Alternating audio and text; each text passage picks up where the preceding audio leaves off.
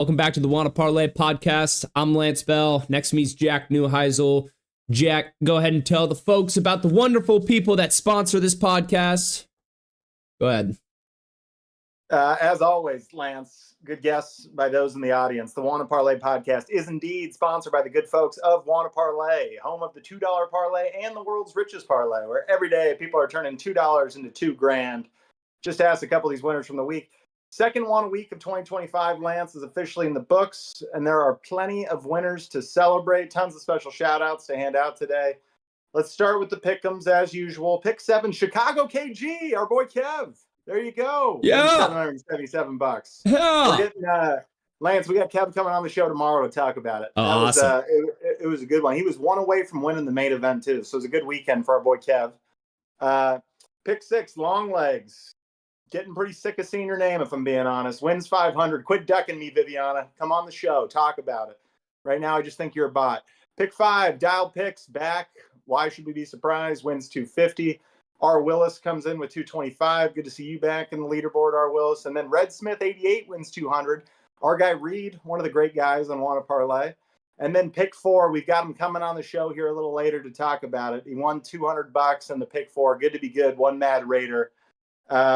Anyway, Lance, done with the pick'ems, done with the hyphens. It's time for the purebreds, the face and body boys. Parlay Royale. He just won the pick 4. Come on back, win yourself another $1,000. One Mad Raider. There you go. Wow. There you go. Winning the 1K right there in the Parlay Royale. It's 348 more than he would have made placing that bet anywhere else. Good to be good. Also worth pointing out here on Saturday, Dowihi, Dowihi, also won that $1,000. So good to be good. First time seeing their name on the leaderboard.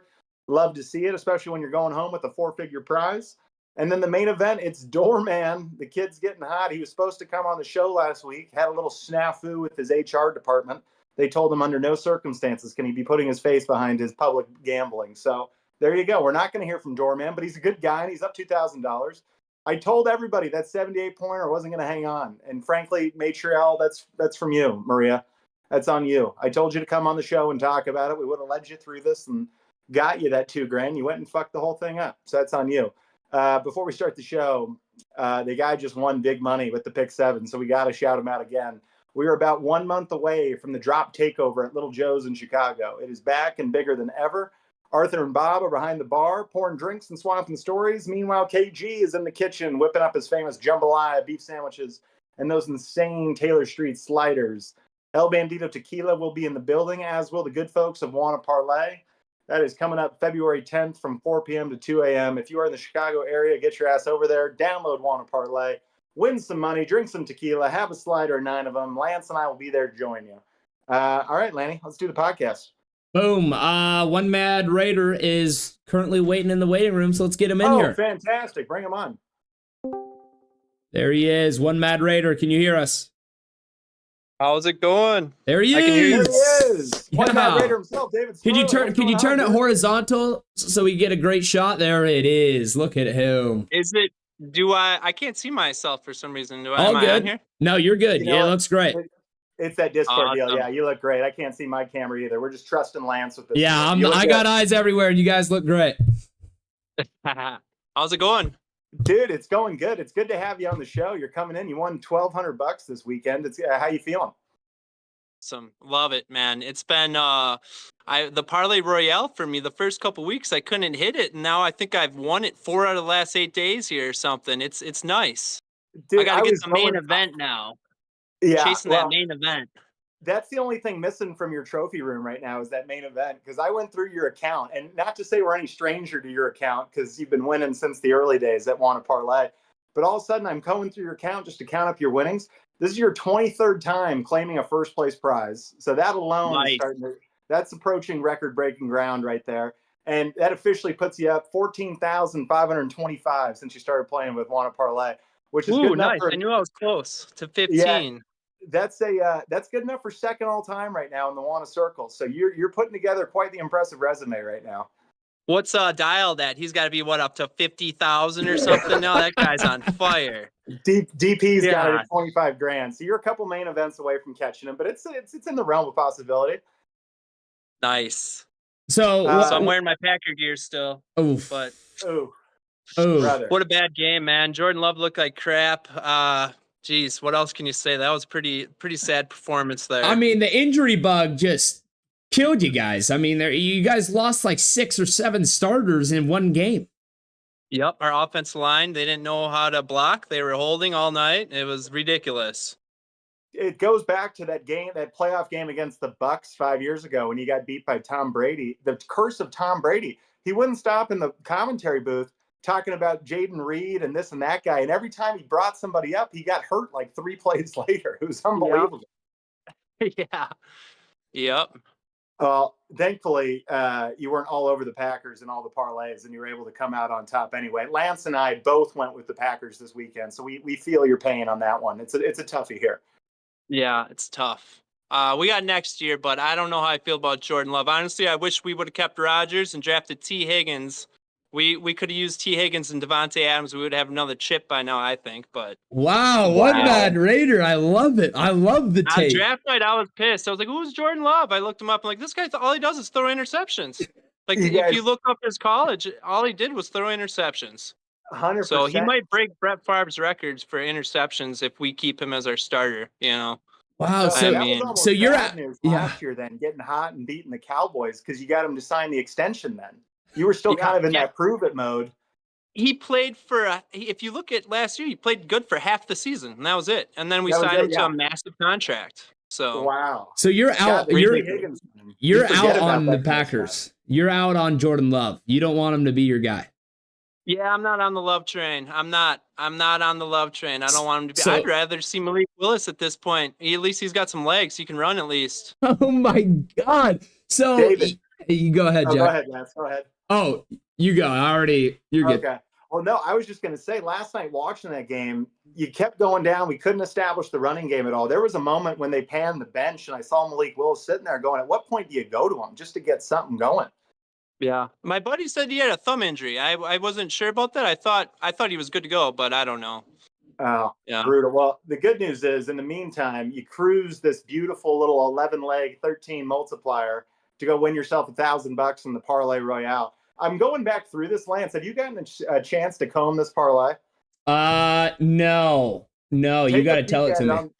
Take a peek at it on the notes right now, but it's one of these all-time strategies that you just get to come in and in hindsight, you go back and I'm just like, God, David, you absolute genius. Because what you did here was just piece together a very simple little 4-leg parlay and then tack in some guarantees. The only thing that gets sweaty on here actually was your guarantees. So Mike Evans is basically a free pick. Mike Evans is playing, put him in anytime touchdown. It's going to cash. Mike was free. I tell you what, though, one of the few receivers to hit their overs in the playoff games this year are the two that you got on. You had Mike Evans, and then you had, I guess you didn't have, help me out, Lance. I forget. Oh, Terry McLaurin. Yeah, I didn't know where you were going there. But no, this parlay, I mean, looking at it, you had a couple sketch. The Josh Allen rushing attempts, that was a little dicey. That was a little risky. Seems like when there's big games, he runs. He wants the win, so he's gonna run. You know. Yeah. The pick I love. I'm the idiot that got burned. I waited until right before this game kick to get in on this action, and the line shifted to 8.5, which I still felt like was good. He had 6 in the first half, Lance, because I'm watching that line like a hawk. And then you kind of got 7 going into the fourth, didn't run a lot. And then it was kind of a broken play, junky little 6-yard run to cover this number. I was begging for knees just to win me my money at the end of the game. They put in freaking Mitch Trubisky and the money's lost, but it's just. Yeah, the kneel downs get you too. That's what I for sure thought. I didn't think it would be that big of a win, so I figured he'd get 3 kneel downs at the end of the game too. Yeah. And then you cruise easily, maybe 2 seconds of sweating this when the Broncos score first, but they don't score again. You win 31-7 on that bad boy, piece of cake. Josh Allen a little sweaty. Baker Mayfield, it took him to the 4th to get this second touchdown, but he and Mike Evans hook up, so you hit all those spots right there. And then you start clipping off just the easy gimmies, which should have been Michigan money line versus Washington. I don't know how much you're following college hoops this year, but I love Michigan basketball. I think they've got a real chance to be a really pesky 2-3 seed come tournament time. Love what Coach May's doing. They got a couple 7-footers that are freaks. Then you go OKC Wizards, not to go overtime, piece of cake. OKC money line, piece of cake. Kings Bulls not to go to overtime. A little bit close, 124-119, but ultimately, was going to the free throw line and timeouts, not really sweating it too bad at the final seconds there. The one that gets dicey on you out of nowhere is you had Pelicans Celtics not to go to overtime, and you had Celtics money line. Now, yep. I went back. I saw the highlights because I was like, holy, and I went back to confirm this. You're up 5 with 22 seconds left. Pelicans make a shot. They cut it to 3. Tatum misses 2 free throws. So all of a sudden now it gets hairy. They foul to get him to the line. They make their 2. Then you get a 5-second violation in the Celtics game, which almost is never called in the NBA, particularly in a situation like that. And thank God CJ McCollum misses the shot, and you don't have to deal with that nightmare, because what a bad beat that was getting ready to be. Yeah, I was out walking my dog, and I was like, let me check before the game starts, see what we got on the parlay here. And I was like, the Celtics are going to lose to the Pelicans? I was like, no way. And so I kept refreshing it, and I was like, no way, this isn't happening. It's always that easy leg that gets you, Because you're just trying so hard to be like, okay, I've got this cooked. This is what I believe in. Now I've just got to find the sweeteners to make sure it's like going to be eligible to win me the money here. And those sweeteners are always the ones that seem to be the thing that get me into trouble. I tacked on last Thursday before we were going into the Notre Dame Penn State game. I had great picks on Notre Dame props. I had Riley Leonard's over and rushing, all this stuff. But you need to get a second game in there to get the parlay going on WANA. So I just went and took Ohio State money line and hoops. Of course, they get beat by 5. It was like Oregon plays their first good game in a month. It's unbelievable. Yeah. It's always the sweetener. Okay. So before we take too much of your time, David, because I promised you we'd only keep you for 5 to 10. Now, we talked about it up top, but 14,525 and a hex head, I might add. You snuck in on the hex head on the VIP deal. I can't wait to get that. It's going to go on my wall. I don't really have much in my apartment here, so I could use something on these empty walls here. There you go. A little Packers gear. Maybe whoever you draft this upcoming April. But there's 2 questions to follow up with that. One, have you told anybody about your win, or all these wins getting kept private? Have you driven anybody else to WANA? I talk to my friends and family, and some people don't believe me. Some people... I've been kind of keeping it to myself lately because it's like I'm not trying to rub in these people's faces, but I'm like, you go on this app, you can literally tail me. But if they tail me, then, I'm not going to win as much. We'll split the splitting. So just get on the app and make your own picks. It's not, rocket science here. You just got to do your little research. And if you watch sports, you're going to know what you're doing. I got a lot of free time on my hands. I always have ESPN. I'm always watching sports. So, you just got to know what you're doing, I guess, with a little bit of luck. You're just a quality American. A little Fox in the morning, a little ESPN in the afternoons. Get you to tip off. There we go. Yeah. Exactly right. That is awesome. Well, especially early 2025. It's been a bit of a freak show here on the West Coast. So it's a tough time. Yeah, thoughts and prayers out to everyone affected by the wildfires. That's horrible right now. Very much appreciate it, but it's not exactly a great time to be delivering great news, especially unsolicited great news. Be like, and by the way, I know in the midst of this, you should know though I'm up 15 grand. And if you wanted to, you could be tailing me. Yep. And then last question with regards to your well-deserved, well-won money is, has it gone towards anything fun yet? And is there any big plans for it? Because at this point, you could be knocking out some big time responsibilities. This could be student loans. This could be mortgage payments, but it's also, we could be tropical vacations, maybe a new e-bike, something fun. I don't know. I've paid off all, any of my debts that I have. I've paid off. I've just building up my checking now. It's nice. And then I put back into the WANA Parlay app too, because I love the app. If I go on a little cold streak, I want to make sure I buy the tickets. So for Parlay Royale, it's $50, but I buy the $1.50 deal, the War Daddy pack, and it's $37.50 then for me, because I get the entry tickets for $1.50 instead of $2. So, little things like that help. And right now, I think I'm sitting at like 1,200 tickets, so I could go on a cold spell forever and. I'll be good for a while here. And you're winning basically at like a 1.5 times a week clip right now on your average. So I don't see you ever putting money back into this thing. I think this is just a free little piggy bank. You're just making interest on over and over again. That's what I've been telling everyone. I'm like, just got to check it out. because I know all these people that are on all these different apps, and personally, I haven't had luck on any other app really. I've done them all. And I win here and there, but then it seems like I just give them the money right back. So, yeah. Well, David, we won't take any much more of your time, but just can't thank you enough for coming on, and gonna beg you now in the future. I'm gonna bug you like crazy when you win again. It's been awesome having you on. We've had you in the chat before. Desperate to have you back on the show as often as you're willing to come on. Absolutely.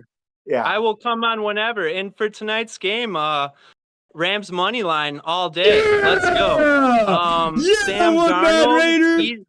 Darnold's gonna be out there seeing ghosts all night. He's gonna throw at least 2 picks. Jared Verse is gonna be a sack or 2 probably. The defense line is gonna be all over him. So I don't see the Vikings winning this game. Puka Nacua, I could see having a big night, and Kyren Williams, I think they're gonna just feed him the rock. He'll get 20 plus carries tonight. So the running back numbers in these playoffs have been unbelievable. I love the take. We're going to be talking that game later today, and honestly, that's going to be the argument that wins it when we talk in Vikings Rams. It's, well, one Mad Raider said Rams, so that's the end of it. He's hot, you're not. Shut the fuck up.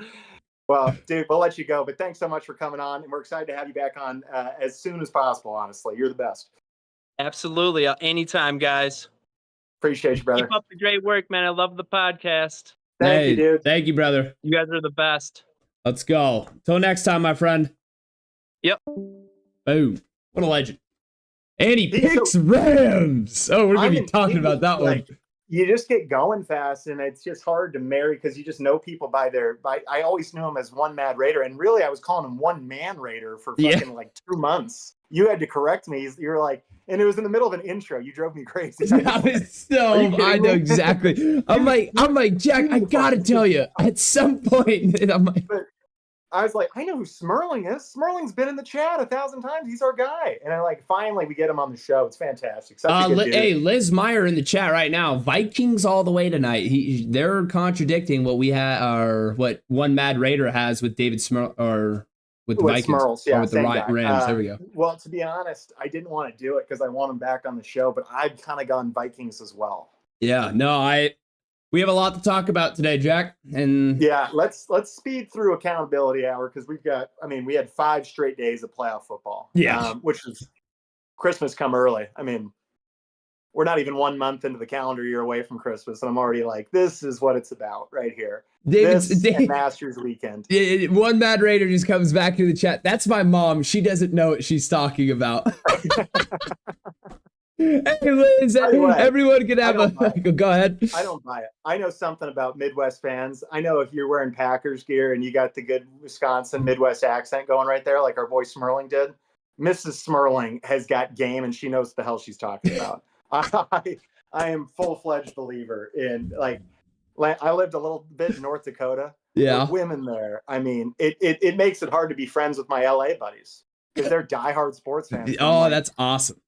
I just had a drink with a 55-year-old lady at the biggest dive bar you've ever seen, and she could just undress you with how much she fucking knows about football compared to you. Like, it's that's she's good citing stuff. Drafts from fucking '99, talking about where it went wrong. I was like, you're incredible. That's so I know you're awesome. 55, and there's just no romantic chemistry here, but let's just do it. Let's just get nuts. Let's you and me take off. Anyway, let's talk accountability. Let's go accountability hour. All right, I got all fucked up on my notes here. Yeah, I'll start. All right. I'll start so because college football, yeah, it starts college football. We were both on Notre Dame. Both on Notre Dame, and honestly, good on us to have the balls because that between that flu bug and what the line was doing pregame, we were fading Vegas hard. Vegas took a bath on this game. The line went from -2.5 for Notre Dame all the way to -1 for Penn State before this thing kicked off. We've talked about it on the show. When that line crosses the 0 in pregame, that late line movement, especially when it crosses the 0, it's almost a guarantee. And we stuck to our guns. We knew what we were going to see. Freaking battled. Frankly, Penn State had their chance. Oh, 100%. They threw the pick, and they had their chance. I think Drew Allers, this is on James Franklin.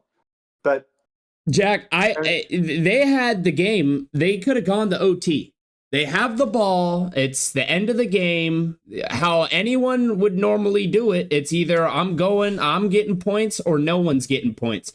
That backside interception, Jack, It was one of the happiest moments of my life because I've just been shitting on Drew Aller all season long, and the guy had just had some incredible heroic plays to keep Penn State in it and keep going. And I was like, geez, I just look like a bozo going after this guy. What am I talking about? Then that weak side or the backside, he said he was trying to dirt the ball, throw it away type. You can't throw it to the other team in that situation. What are you doing? That's no one but Drew Aller. It is your fault. You're the quarterback, and not only do they get most of the blame, you're literally the one that threw it to the other team in a devastating fashion. I can only feel for Nittany Lions all around the country because that was just brutal. That was brutal. I agree. And it was just an absolute panic moment. He starts on the left, he gets the internal pressure easy, does a great job with his feet and slides, but his fucking feet get back over to the right before his eyes do, and that ball's coming out before his eyes tell him no. So he's halfway through getting through that pass before he decides bad call, and it's just too fucking late then. I mean, just brutal. The thing, though, that stat that they don't complete one pass to a receiver in the game, if you find yourself in that situation at halftime, my script coming out of halftime is I am hitting immediate quick screen on the outside, getting it in the hands, getting people to run sideline to sideline, and just getting that guy engaged. I played tight end for a team that threw the ball 11 times a game. There'd be games I wouldn't even get a target. All of a sudden, you're getting a pass the first time midway through the third quarter. It is daunting to all of a sudden be like, oh, yeah, I fucking catch the ball. Like, if you're not getting loose and in the reps of that, it's like coming off the bench in the third quarter and getting asked to shoot a three. It's just it's hard to do when you're not in the rhythm of it. Yeah. The fact that they couldn't get that corrected immediately with their first drive coming out of half. I mean, they had issues. I wish I had the balls to get going live on it, but my under was getting fucked. So we both went on Notre Dame, and you wailed Notre Dame. Yeah. That was smart. You didn't complicate this bet. You just stayed Notre Dame. I thought the under was the best bet of the game. I hammered the under. The second Penn State scored to take it up to 20, whatever the hell it was, 24. I knew I was fucked. We were either going to overtime, but no matter what, we were going over that number. Thankfully, I get right on some of those props. Riley Leonard over 13.5 rushing attempts. That one felt easy in hindsight. Jeremiah Love going over 33.5. That was a absolute blessing. I got a good report on his knee before the game. That line was fucked because he was wearing that bulky knee brace. Ended up wearing it in the game too. But plays hard, ends up getting like 12 plus carries, had 42 yards and honestly, his last 3 carries, I think he lost some yards. So that one actually not very sweaty, felt good. And then Jordan Faison. If Jordan Faison is not a big part of their offense in the national championship, I'm going to lose my mind. The guy had 2 catches for 25. Every time he touched it, it was like the first time they had like a little jolt of electricity, and they could not scheme him the ball. Drove me nuts. Yeah, no, I gotta limit us because we're talking about that tomorrow. The national championships tomorrow, and I have a lot to say. To say. And well done. Let's get to the next game. So we'll go to the next game. But I felt it's like in my bones, like I just want to jump out and say everything. But that's tomorrow. We're good. But Faison, no, you're 100% right. Notre Dame's offense. We're gonna talk about it tomorrow because everything just leads it. Yeah, but point is, it was the game. Yeah, and I end up going 3-2. So you win money betting with me. Lance goes 1-0. You definitely win money betting with him. We're in good shape going to the Ohio State game. Ohio State game, we do okay. I can't remember, Lance, what you had on this game. I had Texas. I was Texas all week and stayed there. KG Little Joe's real quick in the chat says, should have taken that Aller INT. I told you to take. You're right, KG. You're right. You're dead right. You're dead right. But yeah, no, I had Texas +6. I loved it all week. A lot of it was because of the amount of Ohio State stains that are just trying to tell me that they're gonna blow their doors off and all this. You know, everyone got hyped up. They did beat the shit out of Tennessee. They did beat the shit out of Oregon. But I'm like, hey guys, he's not throwing 3 perfect games. This is the worst game they'll probably play these playoffs. And I was kind of right. I was on the right side, it felt like. And then you just run a pitch play on the 1, Shark. Oh. You're not any better than that, you chicken shit. You don't run a pitch play. You watch the NFL, man. You watch like the Eagles. You watch these guys. QB sneak. And okay. You don't want to do that. You don't want to take a snap under center. Okay. You got the guy Arch. You got a great athlete. Run a package with him. Do something cute. I don't care. Do a jump pass. Pull back the Tebow. Do not a fucking pitch play.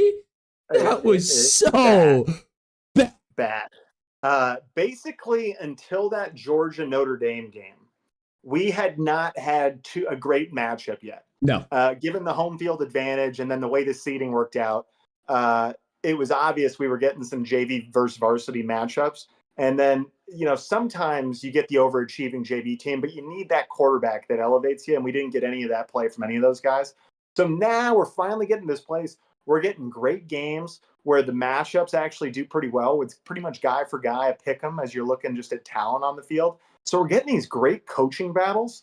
Advantage, Ryan Sark was the one that flinches in that game. Yep. A horrible defense called at the end of the first half. Yep. It sets up the screen that goes for 75. They brought pressure with a prevent back end. So you've got all this middle area. Linemen are out running lanes. And like Travion Henderson didn't even have to do anything but set blocks up. Guys it's like a punt return. And he's out. And then, because if you go back and look at this, final score 28-14, Ohio State. We kind of said Ohio State money line, Texas cover, underball. We're sitting there at 21-14. Texas is first and goal from the 1, stuffed on the first run, fine. Then you go toss. You're so right. Sark is so wrong for that. And the other guy that's got to be responsible for that problem is fucking Quinn Ewers. Line of scrimmage, your numbers were fucked. You got to know you don't have the guys to block their numbers. You got to get us into a play that works. That's the only thing you couldn't do was lose 6 yards right there. It's like getting a holding call on the goal line where it's just like, go ahead and fuck yourself. Yeah. Are you kidding me? There's no one in college football that's going to block Caleb Downs from flying. He knew it all day. You should see when the ball moves, his first step is boom, straight beeline to the receivers. Not even like it. He knew everything. It was so sad to be so right about a bet and just have it crumble within just one. It's one bad play call. One. Because once you get the third and fourth and long and goal, I can't. He got strip sacked for a fumble, a touchdown. I mean, I get it. Yeah, they would have had the 2-minute warning and 2 timeouts and but at that point, the game was lost. You lost the game on the pitch. The pitch was so pathetic. Yeah, at that point, your ass going to get bailed out. Yeah, exactly. You fucked it up right there. Yeah, but again, like we were saying, you're talking about 7 points when there was 30 seconds left in the half after you do a great job of tying the game up to go into half. Yep. Then Ohio State scores, and they start with the ball coming out of halftime, and then you give up the fumble for 6 there at the end. So you're talking about Texas's defense only gave up really 14. Yeah. I mean, then you cock up the one with one bad defensive play call on the screen, one bad offensive play call on the pitch, and that's the difference of the game, and it ends up being a 14-point swing. So anyway, we'll table a lot of that till tomorrow. Yeah, well, I will say, I mean, number 3 for Texas, the blitzing defensive back that doesn't have any fucking brains to realize that it was a screenplay, that hurt my soul. You watch him, he runs through, he's behind everyone so he can see everything. He runs through and he just never thinks twice. He's just running at the court. It's all right. We'll move on. It's just those sad. Guys don't get to blitz enough. Yeah, I mean, those guys. And you know this right now. You're like, wait, why wasn't I blocked? Yeah. Yeah. It was brutal. I'm gonna kill somebody. I'm gonna fucking kill somebody. It was brutal. Feel bad for the Longhorns and to go out like that. But you guys, it's a hell of a fight, hell of a season, hell of a game. Man, I feel a lot of things, Lance. One thing is not bad for the Longhorns. Yeah. Right there, pal. Right fucking there. Yeah, I love it. All right. Moving on to NFL playoffs. Quick rapid fire, and then we'll get deeper into the NFL tomorrow once we get through the Vikings-Rams game. But Chargers -3. I got right here. You got wrong. I took Houston. I just thought the Chargers. You know what the stat we didn't talk about? I didn't realize it until pregame. Chargers were 2-5 against playoff teams this year. They're 2 wins, both against the Broncos. Jack, we watched the game. The Chargers have no wide receivers. Ladd McConkey, as great as he is, he should be a 2 guy. Quentin Johnson has bricks for hands. I feel bad for him. Put the fries in the fucking bag. Game over. I was T. Higgins. just brutal. T. Higgins, I hope you're a Charger. Keenan Allen the only place he wants to play is Chargers. They're going to be all right. They're going to have a long future with Harbaugh and Herbert, and I know he's getting a lot of shit now, but man, it was the receiver, even the tight end, Disley. It's fucking bricking off his fucking. It's sick. Next game, unless you have thoughts. No, I got nothing. I want to wrap it. Yeah, my points out there. Steelers plus 9.5 at Ravens. I stay hot. I took the Ravens. It's because I didn't invest and get all wrapped up in the fucking Steelers rivalry. Yeah, I said, look, Steelers already stole their game. Ravens are going to win this. Derrick Henry sets the record for rushing. It's unbelievable. No, you were 100% right on this. And honestly, after how the Chargers game went, I mean, I can't flip my picks, on the show, but I flipped where I was putting my money because I realized I was like, wait, maybe I'm a little backwards. And I mean, the Ravens one should have been obvious. I was going off a narrative, something stupid. The Steelers have been pathetic the past 5-6 weeks of football. They have not had one good showing then. And the Ravens are hot, and this is their season to take care of business. I mean, this is as good as a chance they have to go win a Super Bowl. So with Tomlin and the locker room and everything's starting to kind of fall apart over there. Even though I believe in the guy, I think they should keep him. Yeah, Ravens beat the shit out of him. Derrick Henry's King Henry. He's a monster, and the rest did their job. And on to the next. I'm going to hold you to a 10-second response here. Did we just watch Russell Wilson start his last football game? No, that's it. Okay. He's got one more. He's got one more shitter. There, he can still throw a decent deep ball and still play the quarterback position like a professional, even though he can't play catch very well in the 10 seconds. That's enough. On to the next. Yeah. Broncos plus 8.5 at Bills. I was feeling myself on this one. I just thought the Broncos were hot coming into this, but I think it's an interesting thing that we'll recircle here in a second when we talk Vikings-Rams. I just think this isn't any given Sunday. This is playoff football now, and it wasn't ever going to be close. The Bills were so much better in every facet of that game. Now it comes down to some crucial moments. If the Broncos survive that 4th and 2 and they don't make that freak show play, maybe we get another game. I thought Bo Nix played a really good first half. It's a bummer they missed that kick because I felt like that was kind of a moment. But Bills. Ravens, what a fucking game we're about to get. Woo! Hey, and just real quick on the Broncos Bills, I didn't think you were that wrong on 8.5 points with the Broncos. I mean, they were never gonna win the game, but you know what I mean? Like, I didn't think, like the hindsight, I didn't think you were that far off. But when you get to see the score, this was the blowout game. Yeah, I mean, asking a rookie quarterback to go into Buffalo and win his first playoff game, that's why I'm like, maybe the 8.5, it's tough. It was tough. Next. We both get beat, Yumi and Smerling on Packers plus 4.5 at Eagles. Injury fest. Again, I think we saw that game plenty fine. Jordan Love kind of had a shit game, and for the life of us couldn't stay healthy and do anything on offense because we just had zero receiver play. Yeah. My thought process with this game, I'm like, you know what? I'm a year early on the Packers. I think either next year or the year after is when they will actually make an NFC Championship game. Maybe we were just early.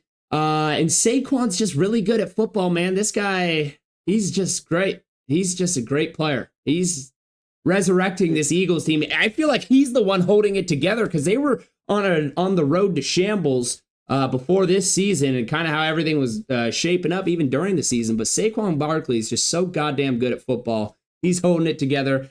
And like you were saying earlier, 6 of the top running backs are still in the playoffs as we speak.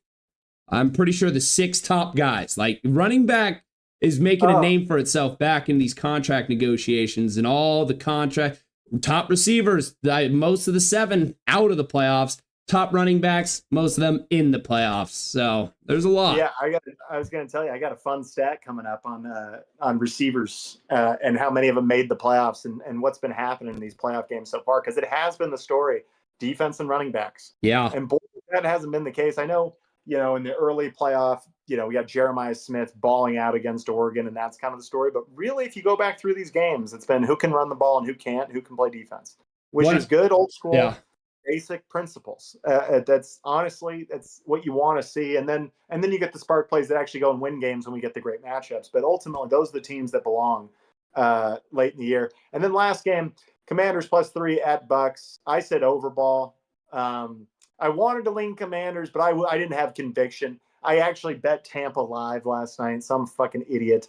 And the overball, boy, oh boy, it was just the story of 70-yard drives and either fourth down stops or fucking field goals. It was brutal. It was a brutal loss for Tampa Bay. And I'm rooting for Banker. Oh, here's KG Little Joe's in the chat. Oh, God, he's firing. Told you guys to take Texans. I was on a heater all weekend. I have a New Year's resolution. I stopped picking losers. Man. And then he comes in, good old Baker. I told you don't bet on Baker in big games. And KG, you're 100% right. I mean, they get the huge stop, 4th and goal. And that's hard to do with this Jaden Daniels kid who's looking like a generational talent. They get the stop and you miss the Jets. It's so hard to not tough. get caught up in the recency bias. Because if we could just hold true to our principles and our rules on these guys, we would have been in great shape for this game. And that is, we don't like Baker -3 points. We love Baker +3 points. That's the spot. And that's what he was on this playoff run last year. They beat the Eagles. The Eagles were floundering or whatever. But you go beat the Eagles, all of a sudden it was like, holy shit. No one thought the Bucs were going to make the playoffs. Now they've won a game. And then in a game no one gave them a chance against the Lions, they outperform in a game they still end up losing. Yeah, they should have won. Now we've got a -3 versus Commanders team that actually quietly won 12 games. Yeah. Is everyone aware of that they won 12 games? We're KG is absolutely right, and we're dopes. The vibes were just so good for the Bucs going into that game. Yeah. The way they ended against the Saints. But the story of that game was how much they played like shit. And all of a sudden we get caught up in the Mike Evans thing, and so we're done. I think because that one is just tough because you're on the right spot, and if it's not just a stupid fumble on a jet sweep, because remember the jet sweep fumble happens. I mean, we still have a chance. We're still hanging in there. So that's where it's like some of these, it's like, damn, I feel like I was right, but it just shit happened. The jet sweep and the 4th down going in. They snap it early are just two blunders you can't have in playoff football. You're exactly right. When you do those in playoff football, you deserve to lose. Yeah, 100%. Yeah. All right. This leads us to tonight's game, which is basically going to cover all of my picks. I'm not watching anything but football. Yeah, no, I have one pick and one pick only. Yeah. I had a little sweetener. I had a college basketball game just so you can make the one a parlay. I'll check my notes. Everyone, if you're tailing me, go find the back alley guy. Go ahead, Jack. Sorry. Yeah, no. So we're going to be at odds here, and I apologize. But I'm taking the Vikes on this minus the points. I saw it get down to 1, and then I've seen it climb back to 2.5. So whatever you get it, I'd take it at any single one of those spots. I got the Vikings winning by 3 tonight. All things being equal, I think the Vikings are just flat out the better roster. I think you go guy for guy, position group by position group. The Vikings are better across the board. I think the one spot you could make a case for the Rams would be in their wide receiver group. You get the Cooper Kupp and Puka, and you got to deal with that issue. But the back end of the Vikings has been pretty good. And by the way, they've got Justin Jefferson and Jordan Addison on their offensive skill positions. So to me, this thing comes down to, if you're going to be a Rams guy, Matt Stafford has to dramatically outplay Sam Darnold. Sam Darnold's got to be average to shitty tonight, and Stafford's going to have to be great. I think Stafford will be good. I think Sam Darnold is going to go ahead and match him. Now, Smerling brought it up. You've brought it up. I tried to rescue this take by saying they were going to be playing in L.A., and he played his great game against the Rose Bowl. He's playing for all this money, la-di-da. Now they're playing in Arizona. That whole narrative's gone to shit. And all of a sudden, Smerling actually brought up the great point of he's going to be seeing ghosts out there. That was the famous quote from him when he was playing for the Jets and things got hectic. So I'll say this. I think for the Vikings to win tonight, and I think Kevin O'Connell's a great coach, so I think they're going to follow this game plan because this is how they'll see their path to winning too. And accordingly, this is how I want myself and all of us to bet. They have to get up early, control the game early, and you can't ask Sam Darnold to be the reason you win or lose tonight. The team has to be exceptional in the front end, and if God help you, you can play with a win, control the line of scrimmage. By the way, I just got a phone you're call. back. Yeah, you're at control line of scrimmage. Control the line of scrimmage, run the ball, and then ultimately set up play action. Sam Darnold is a top 2 quarterback behind just Lamar in play action passing. He's got like a passer rating of like 130. Not that I give a fuck about that stat. Yeah. But that's where he's comfortable when we have this balanced offensive attack. If we're throwing on first down and we're getting in 3rd and 10s, all of a sudden I think Sam Darnold gets average 2. That panic gene of I think he's fully willing to overthrow a ball, which tips and overthrows are how you throw picks. So the roadmap for the Vikings tonight, play great defense, mildly conservative with the clock, establish the run the fuck out of Aaron Jones, and then script-wise, do a good job of setting up run game with your pass game. And I say that we can get guaranteed completions and do the quick wide receiver screen game perimeter on the outside just to get us moving and get the thing going and take some of the processing and the you have to carry us tonight feeling away from Darnold. And then I think they're in great shape. Second half, it'll be interesting if Darnold's asked to go win the game because I feel great about Stafford having this ball down 3 with 45 seconds and a timeout left. So bets wise, my feeling is I lean Vikings overall. The bets I'm going to place tonight are first half Vikings, first half under, and then I'm going Aaron Jones overs on carries, yards, longest rush, and then I'm going Darnold carries and rush yards. Damn. Carries and rush yards at the quarterback with those guys, those get tough. Like the rush. They get very tough. You got to. So this is where it gets dicey. Like Jordan Love. Mm-hmm. I made money on Jordan Love's rush numbers last night. Oh, shit. Not a guy that runs the ball ever. No. His number was 2 and 7.5. You're hoping for Neals at the end of the first half or second half, potentially. And then you just got to go and say, like, this is the leave it out there games. This is where they got to go get the gritty first downs. Yeah. This is where you got to go head first. There's no sliding, all that shit. So I just think a lot of times these numbers are still based on their regular season stats. And when you throw in the NFL stuff, all of a sudden quarterbacks start taking off. Yeah, no, I know what you're saying. Quarterback sneaks and all that stuff. Like with it, coordinators are hesitant to call that shit. Now, so anyway, those are my picks. No, yeah, you're 100% right. When you're talking about like the quarterbacks, during the season, they're always, stay safe, don't take big hits. Like, but in playoff football, I mean, you saw Baker last night. The motherfucker trucked Bobby Wagner. That was ridiculous. Baker. Jordan Love ran through a couple tackles to get himself. Yeah, he was fighting. Down. Yeah. Bo Nix had 49 yards rushing. So the only guys that haven't hit their rushing numbers is Jalen Daniels. Because his are so high. It was ridiculous. Yeah. No, 100%. And I like your takes. Like you're not far off, like on what the Vikings need to do to win. And this game's gonna be close. It's not. I don't see a blowout. Either way. So it's gonna be close. KG Little Joe's firing in real quick. He says Rams tonight. Boom. I like them more when they were playing at home. But even with them playing in Arizona, I still like them. Just not sure how the crowd will change with it in Arizona. Well, let me tell you right now, KG, I'm a Rams guy. I go to Rams games. When you are at a Rams game, 9 times out of 10, the other team showed up more. LA, there's too much going on. People care about other, you got another team in the Chargers, you got the Lakers, and then you got good weather, so you got other shit to do. I mean, half the time, the Rams game isn't even like, if you go to Green Bay, Wisconsin, there's quite literally nothing you can do but go to a Green Bay Packers game. You go to Los Angeles, there's quite literally everything else to do than go to a Rams game. So it's just tough. It's tough. I love them, but that's the reality of it. Now, Obviously, I like Rams. So anything I could tell you is going to just sound biased. That's how it is.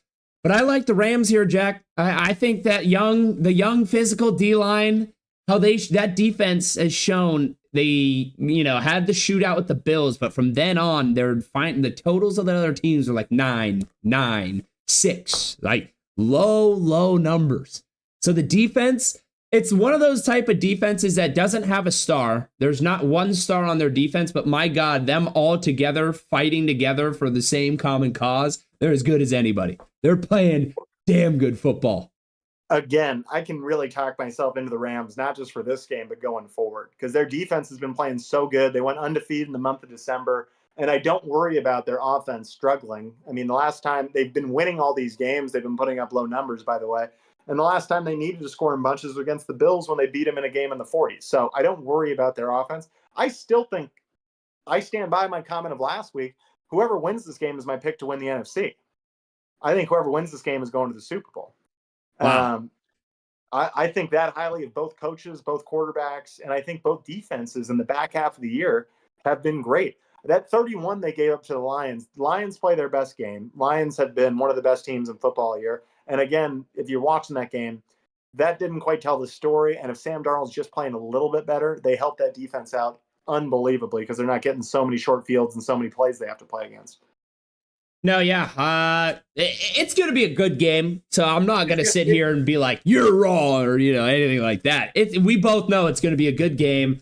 It's a tough one to really bet on because but me personally, I'm taking McVay, Stafford, Kupp, Nakua, and Kyron on a scripted. I mean, they're gonna score the first drive. They're scoring 7 the first drive. That opening drive, that script is going to be beautiful. And I know they're going to be up on the Vikings early. So it's really like they're going to at least have it early. That's my problem. I'm betting on McVay. This guy has won a Super Bowl with this guy Stafford.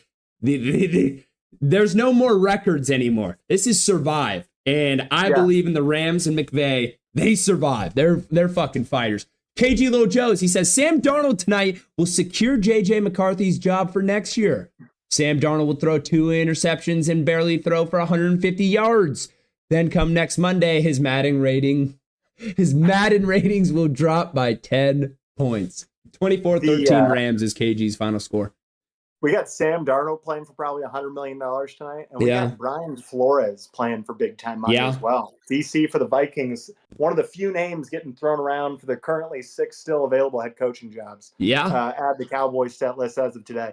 One more number, Lance, I want to hit, and then we'll get to our outro. So we're not running into this game at all. But under 47.5.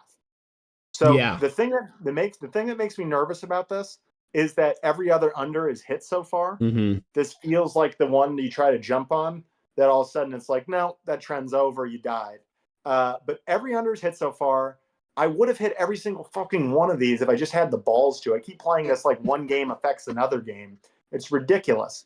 I think the public has been betting these games up because these unders have been hitting easily and been doing it with early points too. Like Packers fumble the opening kickoff, instant score. Broncos go down and score right away. All these games featured like a first 5-minute touchdown, and then all of a sudden no points go on until late in the third. Like it's been pretty good. So I'm keeping eyes on that. The other interesting story, you brought it up with the wide receivers and how many of them didn't make the playoffs.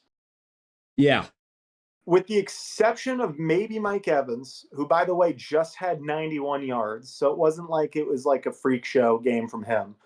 No wide receiver has broken out in these games. The story has very much been the run games. And if you go game by game, Mixon went over 100.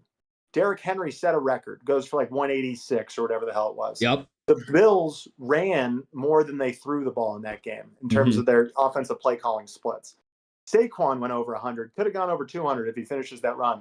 The leading receiver in that Eagles-Packers game was Devontae with just 55 yards. Damn. Now you go through some of the top receivers in the league, right? 7 of the top 9 receivers this year missed the playoffs. Jamar Chase, Brian Thomas Jr., Drake London, Jerry Jeudy, Malik Neighbors, CeeDee Lamb, Brock Bowers. So this is where I get on my Aaron Jones carries bets tonight, is just going, 1, that's how the Vikings have to play to win this game. is you have to set up play action and have a balanced attack for Sam Darnold. You can't ask him to be the guy that makes everything happen. And I think you're trying to keep the Rams off the field a little bit and control time of possession. So I'm big Aaron Jones guy tonight on this. And I think the thing that makes me nervous is I just think these guys can score in bunches. So I'm almost more ready to go first half under. And I know you like the Rams early. I apologize. I think it's Vikings early. And then I think at halftime, I might be looking for a live bet to come back on the Rams. My instinct is to trust the Vikings -3 tonight, but I'm just like, if Stafford gets the ball down 3 with a timeout, I'd much rather be on the Rams side. Yeah. No, 100%. I'd have to go back and look because I don't remember off the top of my head how they've looked coming out in these playoff games, but I'm like, I gotta see like Rams, how they in the playoffs, McVay, Stafford. I'm like, they're not gonna come out and score 3 or 7 in the first half. They're gonna get it in twice at least. I would think it's tough because we're really against each other here, but we're gonna see, folks. We're gonna see. Tough out here. Well, anyway, those are the picks. That was the episode. Thank you, One Mad Raider, for coming on. Our boy David Smerling. Hope he becomes a regular guest because. Oh, goodness. What a good freaking guy that guy is. As always, the show is brought to you by Wanna Parlay, home of the $2 parlay and the world's richest parlay, where every day people are turning $2 into $2,000. Just ask Doorman, our guy David Smerling, KG, some of the big-time winners from the weekend. It was a blast having them on the show, talking it out. We had KG in the chat. Hopefully he's coming on to discuss his win, or I should say wins, plural, from the weekend. And then let that function as just a reminder to everybody and anybody out there in our audience. We love having people on the show and are excited to continue to grow our community and talk all things Wanna and sports. So anytime you want to come on, please do let us know in the chat. We can have a longer conversation and prep something for you, or just come straight through the Discord page. If you hear us say something stupid and you want to come on and talk some shit, we're happy to do that too. We love having fun. So anyway, that was the Wanna Parlay podcast. We'll be back same time tomorrow. Lance, it's yours. Yep. Hey, thank you everyone for showing out.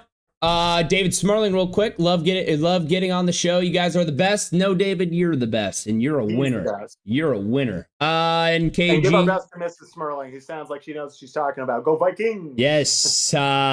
Well, give your best to your mother, but do not say go Vikings. Rams house. All right. It's been a pleasure. Till next time, we salute you tomorrow, 3 p.m. Pacific. 6 p.m. Eastern. We're live. Rah!